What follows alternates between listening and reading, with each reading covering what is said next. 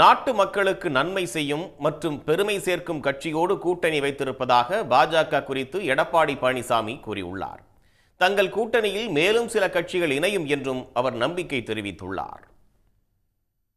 சட்டமன்ற தேர்தலை எதிர்கொள்ளும் நோக்கில் அதிமுக பொதுச் செயலாளர் எடப்பாடி பழனிசாமி மக்களை காப்போம் தமிழகத்தை மீட்போம் சுற்றுப்பயணத்தை கோவை மாவட்டம் மேட்டுப்பாளையத்தில் தொடங்கினார்.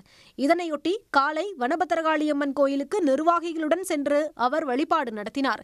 தொடர்ந்து கோவையில் உள்ள வேளாண் சங்கங்களின் பிரதிநிதிகள், விவசாயிகள், நெசவாளர்கள், செங்கல் உற்பத்தியாளர்களை சந்தித்த எடப்பாடி பழனிசாமி எதிர்கால திட்டங்கள் குறித்து கலந்துரையாடினார்.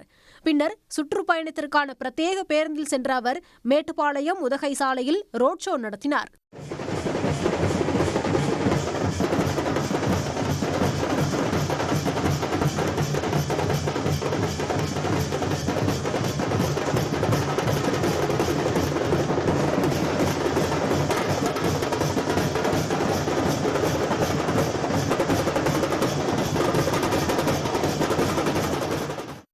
பேருந்தில் நின்றவாறு மக்கள் மத்தியில் உரையாற்றிய எடப்பாடி பழனிசாமி நாட்டு மக்களுக்கு நன்மை செய்யும் மற்றும் பெருமை சேர்க்கும் கட்சியுடன் கூட்டணி வைத்துள்ளதாக பாஜக குறித்து தெரிவித்தார்.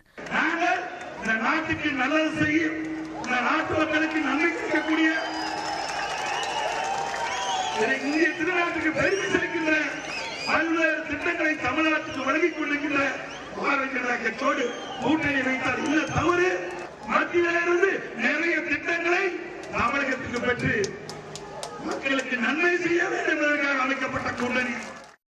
எடப்பாடி பழனிசாமி சுற்றுப்பயண தொடக்க நிகழ்ச்சியில் ஒன்றிய இணையமைச்சர் எல்முருகன், பாஜக மாநில தலைவர் நயினார் நாகேந்திரன் ஆகியோர் கலந்து கொண்டனர்.